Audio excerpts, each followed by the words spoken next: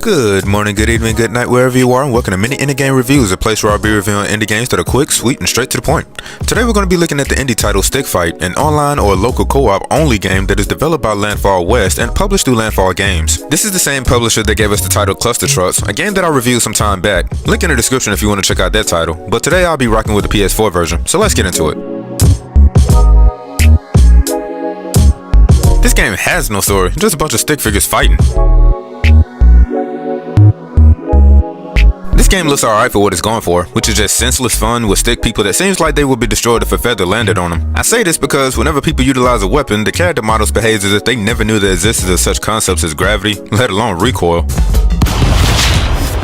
Whenever a person performs a melee attack, instead of a choreographed look, this game makes it look like individual strands of spaghetti just ragdolling everywhere. The environments and levels from the looks of it comes with different reiterations of similar themes that changes ever so often. It's kinda like another game that was published through Landfall Games that kinda did the same thing. Notably with the levels that dealing with the ridiculous amount of lasers to dodge, and another one where it seems like a winter wonderland with ice everywhere. But overall, yeah, this game looks alright.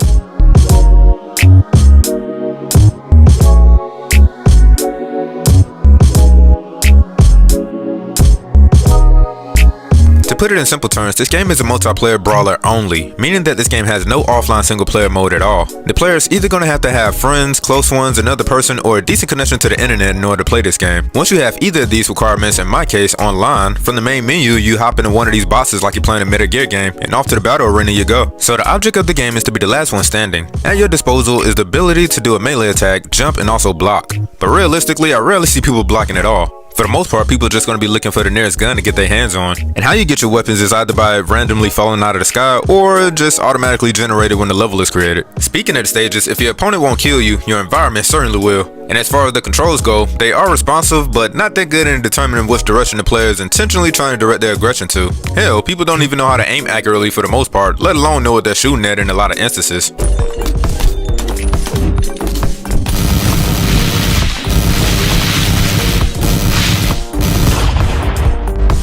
It all comes down to the player attempting to input a command and hope for the best. Now that may sound bad, but strangely enough, it only adds to the chaotic and almost cartoonish fun to be had. But that's when this game is actually working. Like that one time when the stage loaded up and all we saw was just weapons falling out of the sky. Or that time where people died and instead of moving on to the next stage, it just stayed still. What made that situation so funny is that the last dude that was still alive just said screw it and tried to kill himself for the sake of moving on. But I guess the game was like no, and we just sat there looking at an empty stage until we got mad and left. Now I don't know if it's the internet connection or it's the game itself, but the longer you play this game, more than likely you're gonna end up seeing issues like this. Hopefully they release a patch if it is something dealing with the game itself. Speaking of familiar problems, there are times when you're fighting off against other people that you will have those individuals that will just be standing there as if, as if they're not aware that a battle between life and death is actually going on. Like, you have one player that's just sitting there and chilling while other players is becoming a bit frustrated. So much so that these stick people that have no means of identifying characteristic traits like emotions just begin to emulate personality through the player's movements. So what I'm saying is, this game asks for engagement to keep things going at a good pace. So get in there.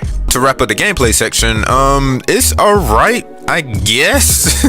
I mean, it's fun, but it's just certain things that I kind of wished was like just kind of tweaked a little bit. Like a good example would be knowing how many hits that you can take before you actually die. And I don't mean by guns, but just by physical melee. But as of this moment, I guess you just keep fighting until you can't move anymore.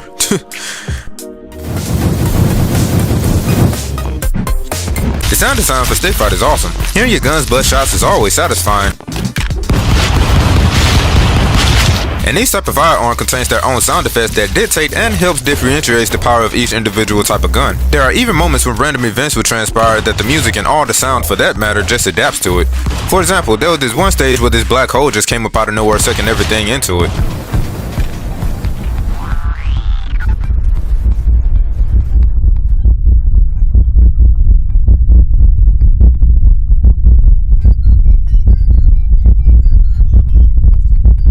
But hearing the stages crumbling, things explode, and all of its chaotic glory is just mwah, chef's kiss.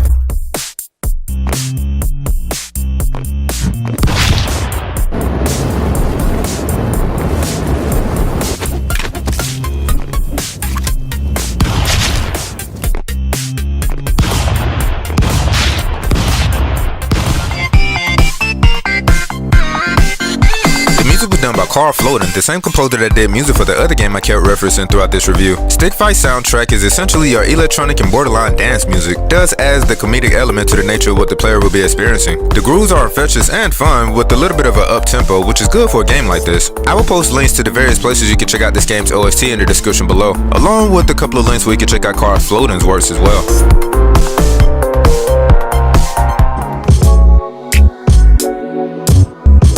With everything covered, I'm going to give Stick Fight a 6 out of 10. This game is a must-have for people who love party games, something simple and casual for anybody to pick up and play. The gameplay is fun and can facilitate any unintentional funny moments. In all of my time of playing this game, there was never a boring moment. It's always funny to see your opponents think quick on their feet for the sake of their survival, and most if not sometimes see it fail epically. Stick Fight is now available for PlayStation 4, Nintendo Switch, and Xbox One for $8. It's also available on Steam for Mac and PC for only $5. The console versions come packed with a Halloween update that adds levels and even the ability to make a player turn into a boss fight. There's also a mobile version for Apple iOS and Android as well. Funny enough, the mobile version is the only version that comes with the option to create stages. Now, is it worth the price? I think so if you have the money to spare, or if not, wait for a sale. If you played this game, let me know what you think, and also drop your PSN tag in the comments so we can possibly get a game going. And until next time, be safe out there, and peace y'all. And don't forget to like and subscribe. Hit up that notification bell, and I gotta go.